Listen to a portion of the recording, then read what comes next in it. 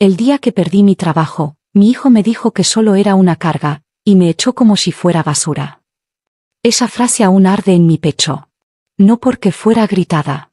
No porque alzara la voz. Sino porque lo dijo tan calmadamente. Como si yo fuera un viejo sofá que ya no necesitaba. Recuerdo esa noche como si hubiera pasado hace 5 minutos. La lluvia caía a cántaros. La habitación del motel olía a moho y humo de cigarrillo. Me senté al borde de la cama, aún con mi ropa de trabajo, sosteniendo una bolsa de plástico con todas mis pertenencias. Un par de zapatos. 2 camisas. La foto de mi difunto esposo. No lloré de inmediato. Era demasiado para sentirlo todo a la vez. Solo, me quedé ahí. Congelada. El silencio era ensordecedor. Y por primera vez en mi vida, me di cuenta. No tenía a dónde ir. Después de todo lo que le di. Después de cada noche que me salté la cena para que él comiera. Después de cada factura que pagué sola cuando su padre se fue. Me miró a los ojos y dijo, no eres mi responsabilidad. Pensé que ese era el fin de mi historia. Pero no lo fue. Corte a hoy. Salgo de un coche negro, mis tacones resuenan contra baldosas de mármol. Aretes de diamantes. Labial rojo. Bolso de diseñador. Ahora la gente me abre las puertas. No saben de dónde vengo. ¿Y mi hijo? Todavía no sabe de dónde saqué el dinero. Ni qué hice con él. Pero está a punto de descubrirlo. No te conviertes en una carga de la noche a la mañana. Toma años de dar, hasta que no queda nada más que tomar. Tenía 23 años cuando su padre se fue. Sin nota. Sin despedida. Solo una cuenta bancaria vacía y un aviso de desalojo 2 semanas después. Todavía recuerdo sostener a mi pequeño en la cadera, tratando de mantenerlo abrigado con mi propio abrigo, parada frente a la oficina del casero rogando por un poco más de tiempo. Tenía solo 2 años. Demasiado pequeño para entender. Demasiado enfermo para que le importara. Tenía asma severa. Pasaba más noches en urgencias que en su propia cama. Me acostumbré a dormir en sillas de sala de espera. Me acostumbré a escuchar pitidos de monitores en lugar de nanas. Trabajé en lo que pude encontrar. Mesera. Limpiadora. Lavaplatos. A veces 2 trabajos en un día, 3 en una semana. Mis manos se agrietaron por el cloro y el jabón. Mi espalda dolía. Mis rodillas cedían. Pero nunca lo dejé verme llorar. Ni una sola vez. Merecía una madre fuerte. Así que sonreía, incluso cuando pasaba hambre. Me saltaba comidas para que él comiera. Usé el mismo abrigo 5 inviernos. Pegué mis zapatos con cinta cuando las suelas se desprendieron. Pero él tuvo todo lo que yo nunca tuve. Zapatos nuevos para la escuela cada año. Libros. Juguetes. Pasteles de cumpleaños con glaseado de verdad. Me aseguré que nunca se sintiera pobre. Aunque lo estuviéramos. Eventualmente, tuve suerte. Una amiga me habló de un trabajo de limpieza, muchas horas, pero buen sueldo. La mujer se llamaba Doña Clara. 80 años. Elegante. Astuta como pocas. Empecé limpiando su casa en Sevilla. Pero con el tiempo, me dejó entrar. Le gustaba mi té. A mí me gustaban sus historias. Pasamos cumpleaños juntas. Navidades también. No tenía hijos. Creo que me vio como algo más. Y, honestamente, lo necesitaba. Nunca tuve una figura materna propia. Me pagaba bien. A tiempo. En efectivo. Gracias a ella, por fin ahorré para un apartamento decente.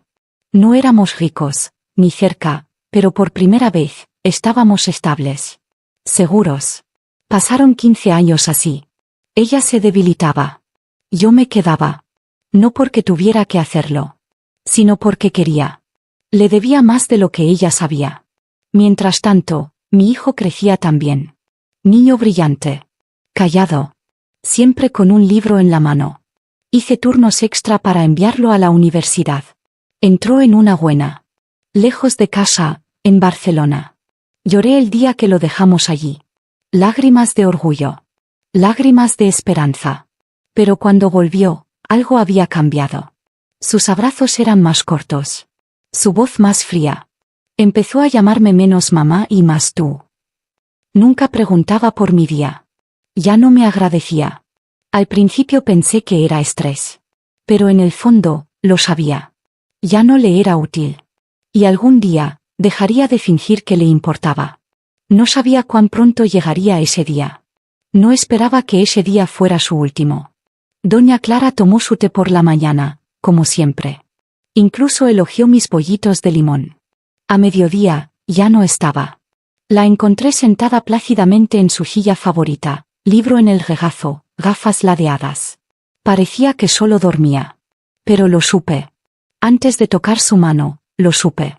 El silencio en esa casa era diferente. Pesado. Hueco. Final. Me quedé hasta que llegó el forense. Lavé la taza de té. Doblé su manta. Porque no sabía qué más hacer. 15 años. Era más que una jefa. Era la única persona que me trató como si importara. Al día siguiente, llegó el abogado de la herencia. Frío. Eficiente. Me dijo que la casa quedaría cegada por el proceso de sucesión. Trabajo terminado. Sin indemnización. Solo, fin. 15 años, y todo terminó con una puerta cerrada y un asentimiento. Me contuve en el autobús a casa. Intenté respirar. Intenté decirme que estaría bien. Esa noche, entré por la puerta de mi hijo como un fantasma. Aún con mi uniforme. Aún sosteniendo mis llaves como si tuviera a dónde ir. Él no levantó la vista de la tele. Su esposa puso los ojos en blanco. ¿Pasa algo?, preguntó ella, como si estuviera interrumpiendo su cena. Les conté, suavemente, que doña Clara había fallecido. Que estaba sin trabajo. Que solo necesitaba un poco de tiempo para organizarme. No esperó ni 5 segundos antes de hablar. Bueno, no podemos mantener a 3 adultos con un solo sueldo, mamá. Mi corazón se hundió. Su esposa intervino, brazos cruzados. No estás aportando. Tenemos 2 niños que alimentar. No podemos seguir cargándote. Parpadeé. ¿De verdad pensaban que había estado viviendo de ellos? Cada mes les daba dinero. Compraba comida. Pagaba las cuotas escolares de los niños. Cuidaba a esos pequeños mientras ellos salían a citas. Limpiaba su cocina. Lavaba su ropa. Pero nada de eso importaba ahora. 3 días después, me sentó. Dijo que era temporal. Dijo que me ayudaría a encontrar algo. Pero sus ojos no me miraban. Al final de la semana, estaba frente a la puerta de un motel, sosteniendo una bolsa de basura con mi ropa. Ni siquiera salió del coche. Solo abrió el maletero, miró su móvil. Cuando me giré para despedirme, me hizo un gesto con el pulgar arriba. Como si me fuera de vacaciones. Sin abrazo. Sin emoción. Sin vergüenza. Esa noche, me senté al borde de la cama del motel, escuchando el zumbido de la máquina expendedora afuera y a la pareja de al lado discutiendo por dinero. Y pensé, así se siente ser desechada. Darle a alguien toda tu vida. Y que te entreguen una llave de motel en lugar de un gracias. La gente piensa que el desamor es ruidoso. No lo es. Es silencioso. Lento. Frío. Es el sonido de un calefactor de motel tartamudeando a las 2 de la mañana. El sabor de fideos instantáneos baratos 3 noches seguidas. El silencio cuando nadie llama, ni siquiera en tu cumpleaños. La primera semana, me dije que era temporal.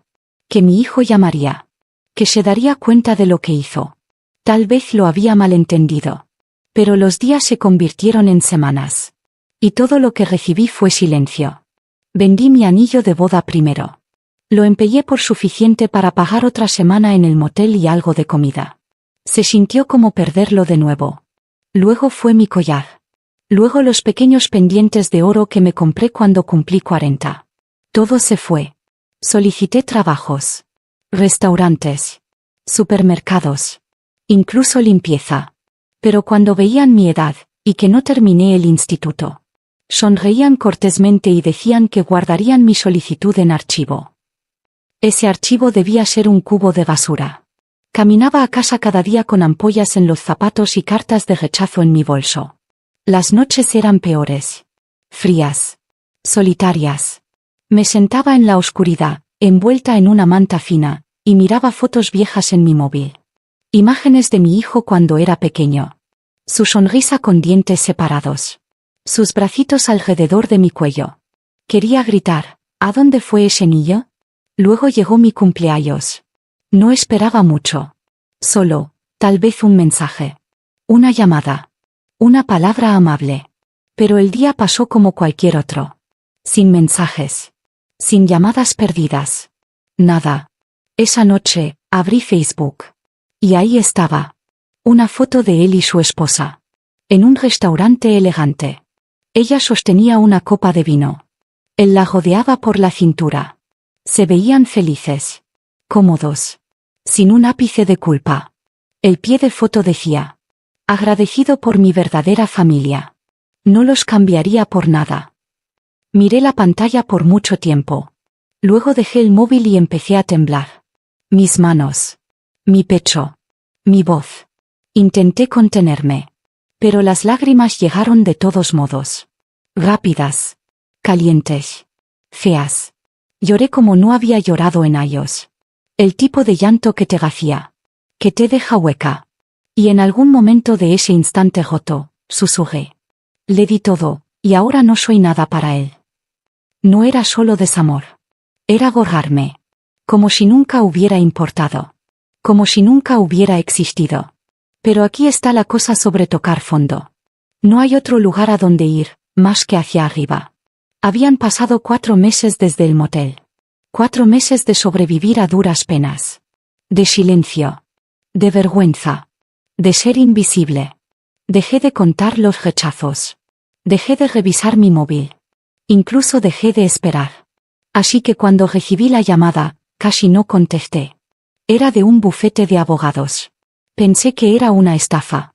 Hasta que la mujer al otro lado dijo un nombre que no había oído en voz alta en semanas. Doña Clara Fernández. Mi corazón se detuvo. Por un segundo, no pude respirar. La mujer continuó, profesional y tranquila. Doña Clara había dejado un testamento. Y yo estaba listada como beneficiaria principal. Pensé que había oído mal. ¿Yo? Solo era su empleada de limpieza. Pero no, lo había dejado todo. Su casa. Sus ahorros. Sus acciones, bonos, piezas de arte, incluso las joyas en su caja fuerte. Valor total, 7,5 millones de euros. No podía hablar. No podía moverme. Solo me quedé ahí, con el móvil en la oreja, mirando el papel pintado despegado del motel como si eso explicara qué estaba pasando. Entonces la abogada dijo: también hay una carta. La escribió específicamente para usted. Cuando llegué al despacho, me entregaron un sobre con mi nombre escrito en la elegante caligrafía de Doña Clara. Lo abrí con dedos temblorosos. Decía: no fuiste solo una criada para mí. Fuiste leal, amable, honesta, y me diste compañía cuando no tenía a nadie. Fuiste la hija que nunca tuve. Esta es mi manera de decirte gracias. Vive la vida que nunca pudiste vivir. Para cuando terminé de leer, la carta estaba húmeda con mis lágrimas. El duelo me golpeó como una segunda ola. Realmente se había ido. Pero no me había olvidado. Me había visto. No como una carga. No como una sirvienta. Sino como alguien digna. Firmé los papeles en silencio, con las manos aún temblando. Sin fanfarria. Sin público. Solo yo, y una abogada que me miró como si de repente me hubiera convertido en otra persona. Tal vez lo había hecho. Y lo primero que hice. No fue una mansión. Ni diamantes. Fue una comida caliente. De verdad. Filete. Patatas. Pan fresco con mantequilla. Me senté sola en un restaurante tranquilo y comí despacio. Por primera vez en meses, probé la comida sin culpa. No tenía prisa. No temía la cuenta. No se lo conté a nadie. Todavía no. Porque un poder como ese se sirve mejor en silencio. Pensaron que me desecharon. Pero lo único que hicieron fue liberarme. Y aún no había terminado. Pensé que había terminado de llorar por él. Después de todo lo que dijo. Después de dejarme en ese motel sin siquiera un adiós. Me dije que no derramaría otra lágrima por mi hijo. Pero el dolor tiene capas. Y la traición tiene una forma de esconderse en la oscuridad, hasta que decide mostrarse. Ocurrió un martes cualquiera. Estaba reunida con mi contable, ultimando detalles de la herencia. Me preguntó si quería cerrar mi antigua cuenta corriente, la que usaba antes de que doña Clara falleciera. Casi dije que sí. Pero algo me dijo que revisara el historial primero. Solo por si acaso. Así que lo abrimos en su portátil. Y ahí estaba. Un retiro. 12,000 euros. Desaparecidos.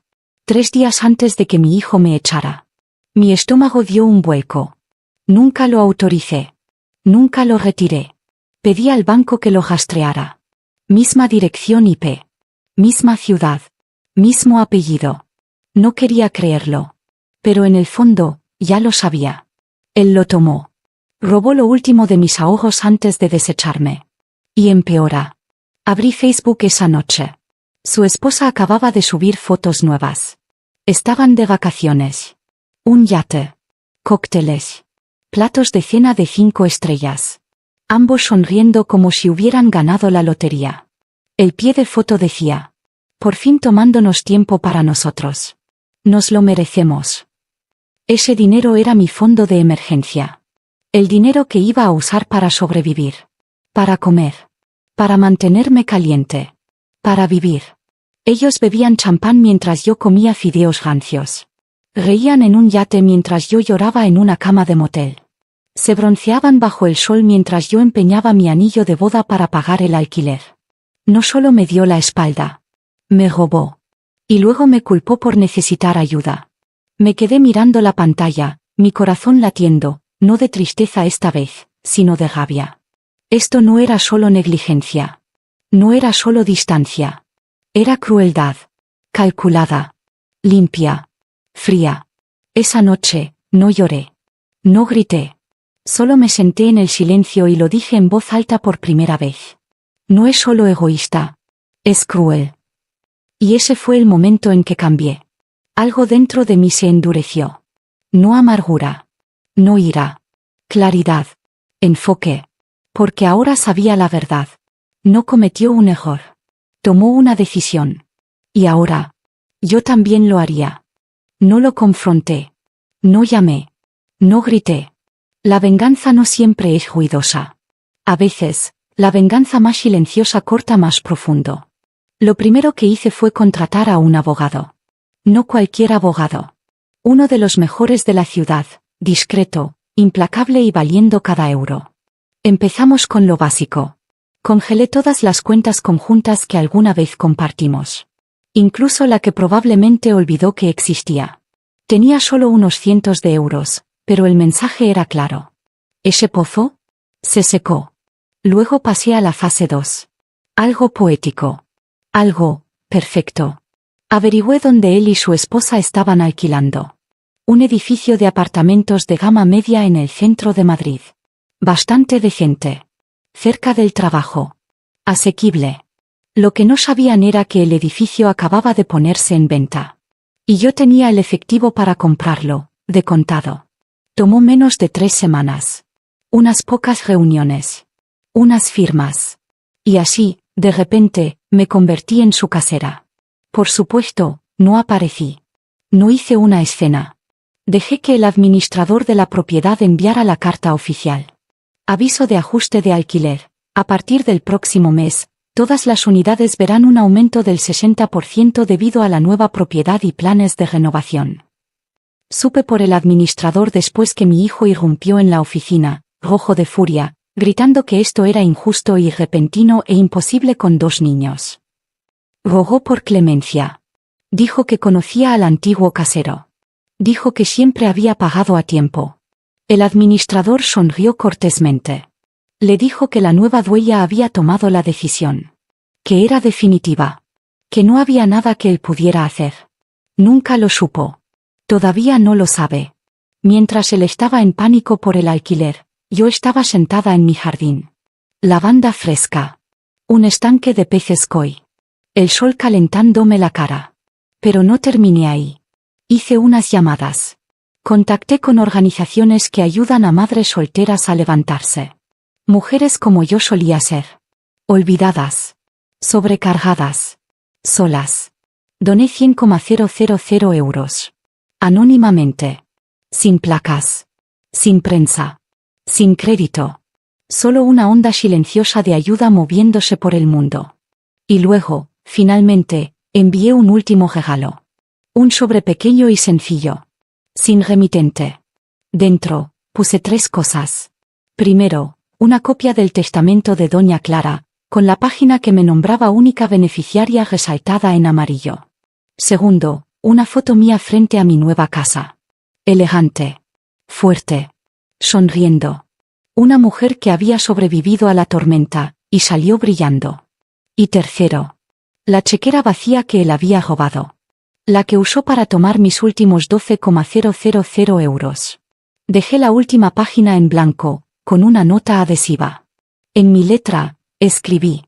Ya tomaste todo. Ahora no queda nada para ti. No lo firmé. No tenía que hacerlo. Él sabría. Y en algún lugar, en ese momento, espero que lo sintiera. No solo el dolor de perder dinero o comodidad, sino el peso de perderme a mí.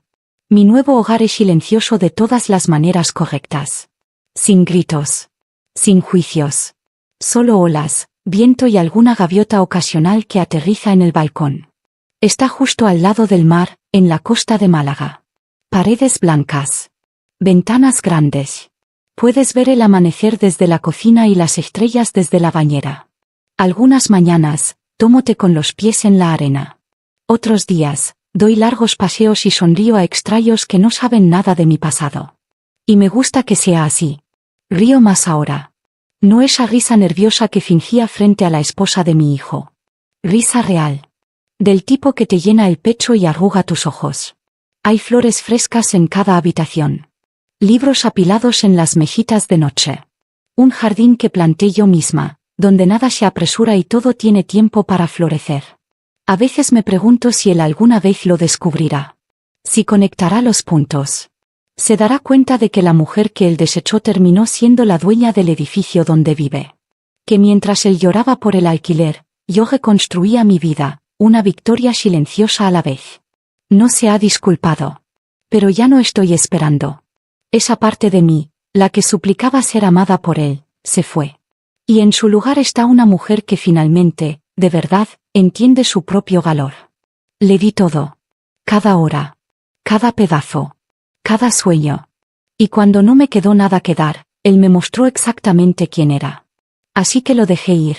Me desechó porque pensó que estaba arruinada. Ahora sabe lo que realmente cuesta, perder el amor de una madre.